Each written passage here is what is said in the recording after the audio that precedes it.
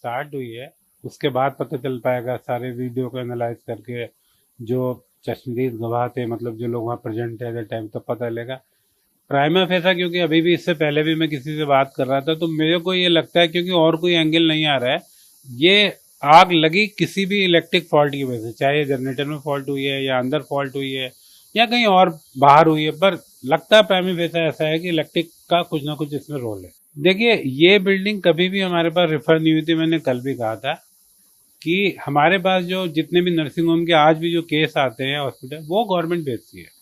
ये nursing home में एक नर्सिंग होम सेल है हेल्थ सर्विस के अंडर में, वो हमारे पास केस को रेफर करते हैं, फिर हम इंस्पेक्शन करते हैं।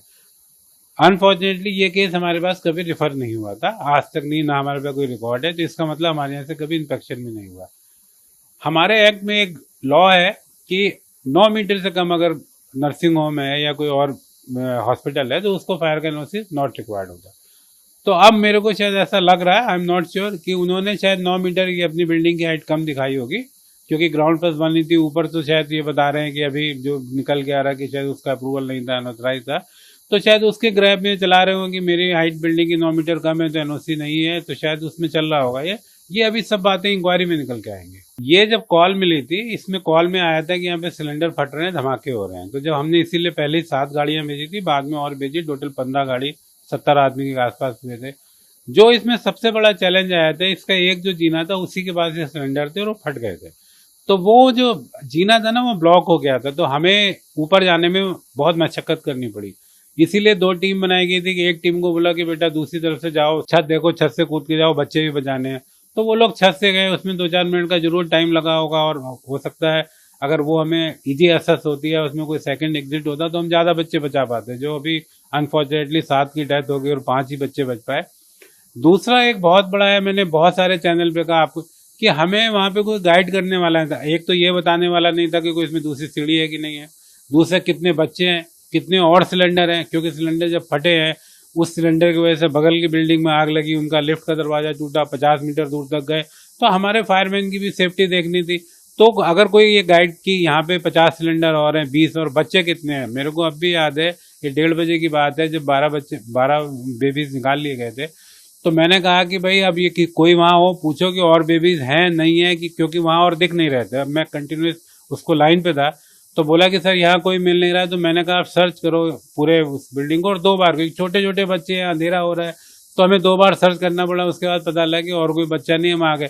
तो ये डिफिकल्टीज जो है ये इस फायर में नहीं औरों में भी आती है कि आग लगने के बाद वहाँ के जो लोग होते हैं जो हमें सही इन्फॉर्मेशन दे सकते हैं, वो सब भाग जाते हैं या छिप जाते हैं, और हमें बहुत मतलब मेहनत करनी पड़ती है, बहुत परेशानी होती है। और दूसरा सबसे बड़ा इसमें ये होता है कि हमारा टाइम वेस्ट हो जाता है। अगर मान लीजिए कोई बता दे दूसरा रास्ता है, या आप इस छत से जा सकते हैं, यहाँ से कनेक्टेड है, तो मेरे लिए, मेरे जवान के लिए इजी है कि हम वो टाइम बचा सकते हैं। देखिए, आज आपकी किसी भाई ने मेरे से कहा था कि शायद इनका पश्चिम बिहार में भी एक जो है ऐसा ही वो बेबी केयर सेंटर चलता है, तो हमने उसको चेक कराया था। हमारे पास इसकी एक बहुत पहले कंप्लेन आई थी कि अनऑथराइज चल रहा है, तो हमने ये कंप्लेन जो है जो डायरेक्टर जनरल हेल्थ सर्विस है उनको भेज दी थी, जो नर्सिंग होम उनके डायरेक्टर नर्सिंग होम है, कि आप इसकी जो है बिल्डिंग प्लान हमें भेजिए, हाइट बताइए, सो दैट नेसेसरी एक्शन लिया जाए। और अदरवाइज हमारे पास और कोई रिकॉर्ड इसका नहीं है। देखिए, डाटा फायर का नहीं, पर देखिए हॉस्पिटल फायर जो है सबसे डिफिकल्ट फायर होती है फायर सर्विस के हिसाब से। इसका रीजन ये है कि लोग आईसीयू में हैं, लोग जैसे छोटे बेबी थे, ना ये बोल सकते हैं, ना कह सकते हैं, ना खुद मूव कर सकते हैं। या मान लीजिए कोई किसी का पैर टूटा हुआ है, कोई हार्ट पेशेंट है, तो आप उनको कैसे निकालेंगे। इसीलिए हमारा जो रहता है कि जीने की चौड़ी आ जाए, क्योंकि अगर मान लीजिए किसी को बेड के संग लेके आना है, तो आप बेड की चौड़ाई, आपके चलने फिरने की जगह, तो इसीलिए हम 2 मीटर की जो उसमें सीढ़ी मांगते हैं, यही रीजन है। दूसरा क्या होता है कि इन बहुत सारे केसों में अगर कोई हॉस्पिटल है उसमें हर तरह के पेशेंट होते हैं। आप एक पेशेंट को निकालने के लिए, आपको मान लिया आईसीयू का पेशेंट है, तो आप उसको 4 आदमी चाहिए पूरे बेड को लेके अगर आप आएंगे।